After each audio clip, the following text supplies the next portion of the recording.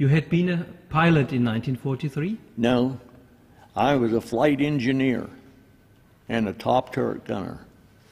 That's what I was. Okay. Now our system is running. Mr. Fox, when you had been at Schweinfurt first, do you remember that day? The flight from United Kingdom to Schweinfurt and back? What date it was? Your attack to Schweinfurt. You can tell me a little bit about the details of the first flight? Oh, that was August the 17th, 1943. Yeah. Well, the thing about that, we had information that in August the 17th, these people here were producing 65% of the roller bearing in their factories here. And of course, we were flying commercial. We wasn't doing any pattern flight. We were picking out commercial and hitting those on the high priority list that we had. So we went in on August the 17th, and we were not very successful with the bombing at that date. So we waited until October and had information on what more was going on at this factory. And then they decided that it was the very top of to hit, to knock it out. So we were flying, the crew I was with, the 306 bomb group, the 369th Squadron.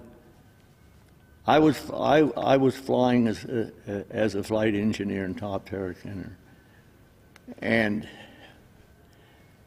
the 306, 367 Squadron. The 30 and that was made up the flight pattern, which they called the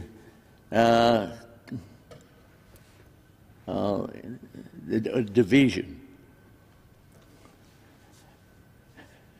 The major in the 305th, he got lost and never made up to take care of the low squadron in the 369th.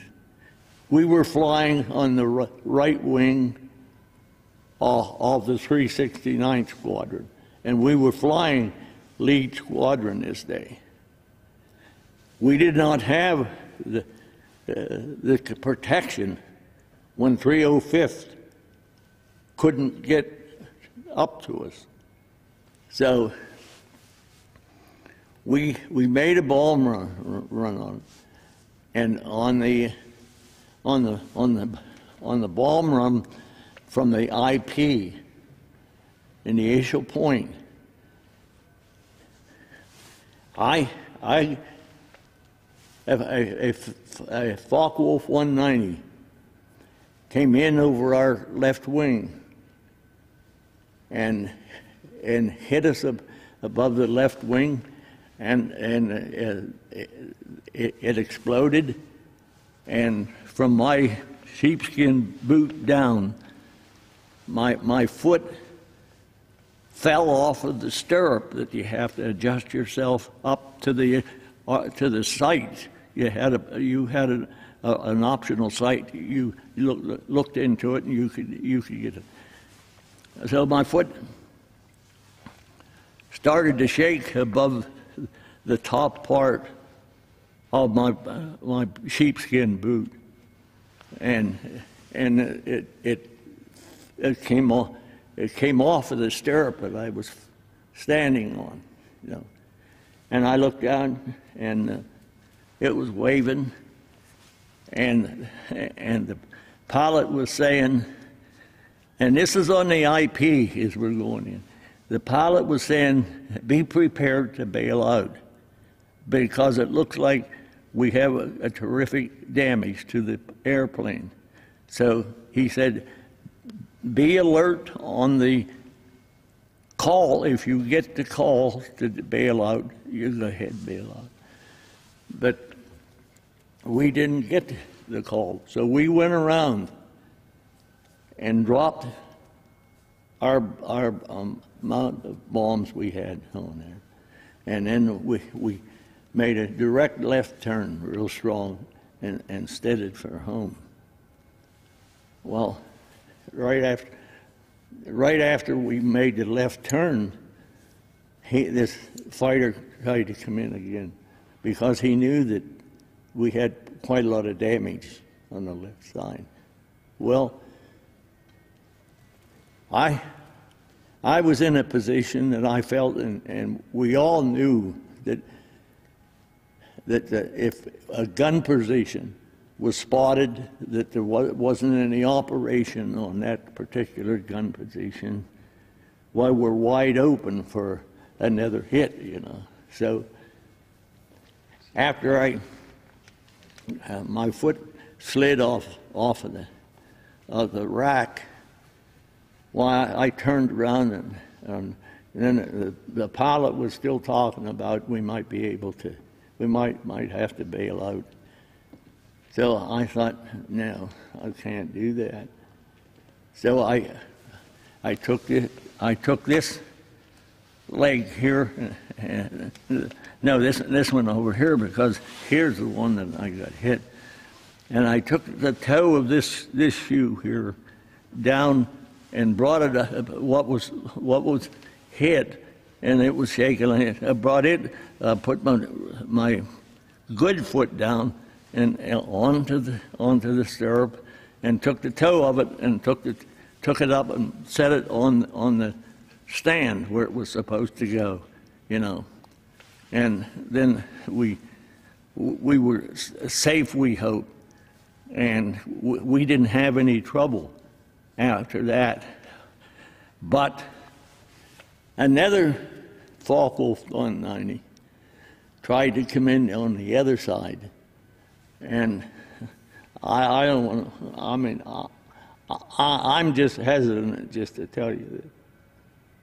But I shot him down, and I was still bleeding, and the pilot told one of the guys to go back to put a tourniquet on me, and then he said, don't do it unless you're clear. But I stayed there, and then another one come in later on after he saw what had happened. I pulled the trigger on him too, and I hate to tell you this, you know. I mean,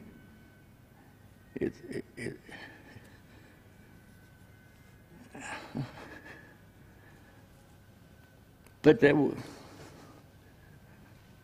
we got home. We had 36 airplanes in this squadron that we were in, and two of us got back, and I was one of them that got back, you know. And then I was sent to the I don't know what you call it. It's just a small place that they took care of guys that got hurt until they was able to ship them back to a larger place.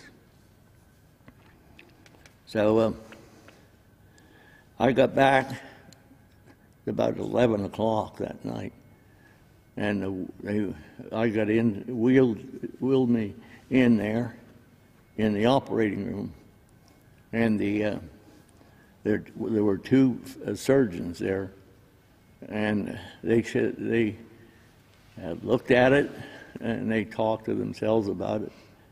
And the one surgeon said, son, he just called me son, I was 19. He said, I'm sorry, but I'm going to have to just clip that piece of skin loose back there and take your foot off. But he said, because if I don't, gangrene has already set in, and it'll go up further on your leg, and we'll have to take more of it off.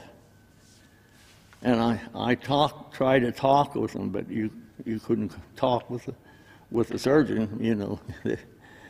So there was another person at my side on the litter, and he was dressed up like the surgeons, and all in a white battalion. And he was standing there and not saying anything. And I said, well, why aren't you helping the surgeons down there? And he says, I'm not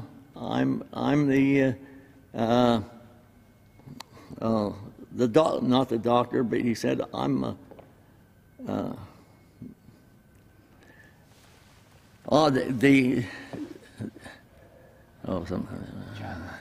but it was a doctor. It wasn't a doctor, but it was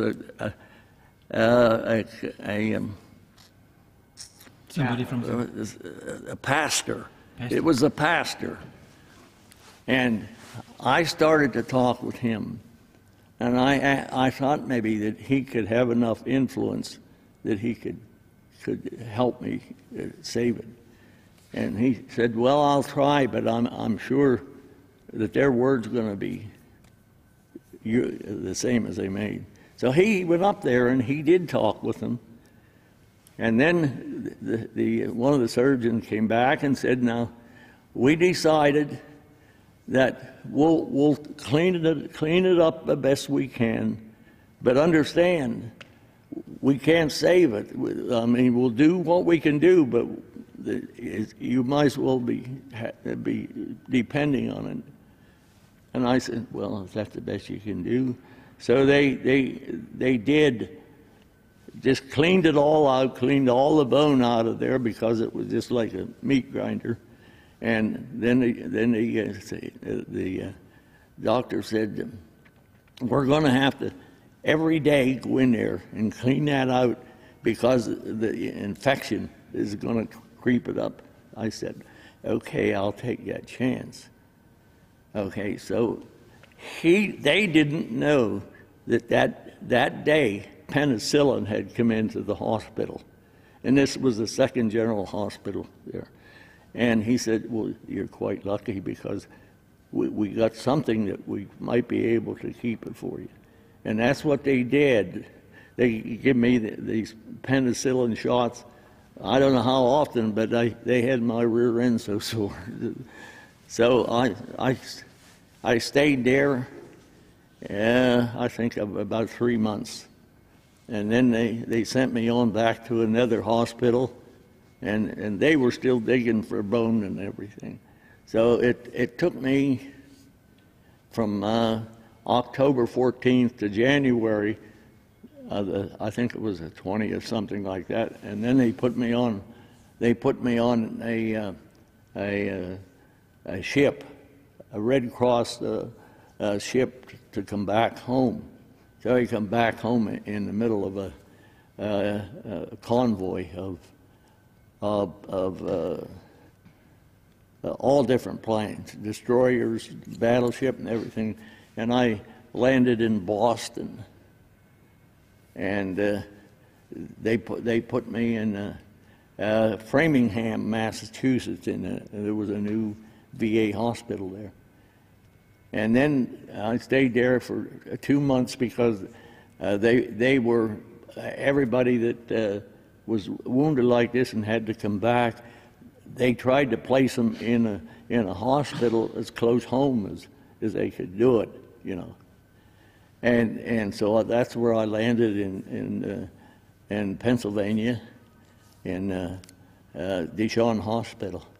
And then I stayed there until I was able to get around. And then I got on a 5th War loan drive. And I went that way, and I had a total of 18 months getting ready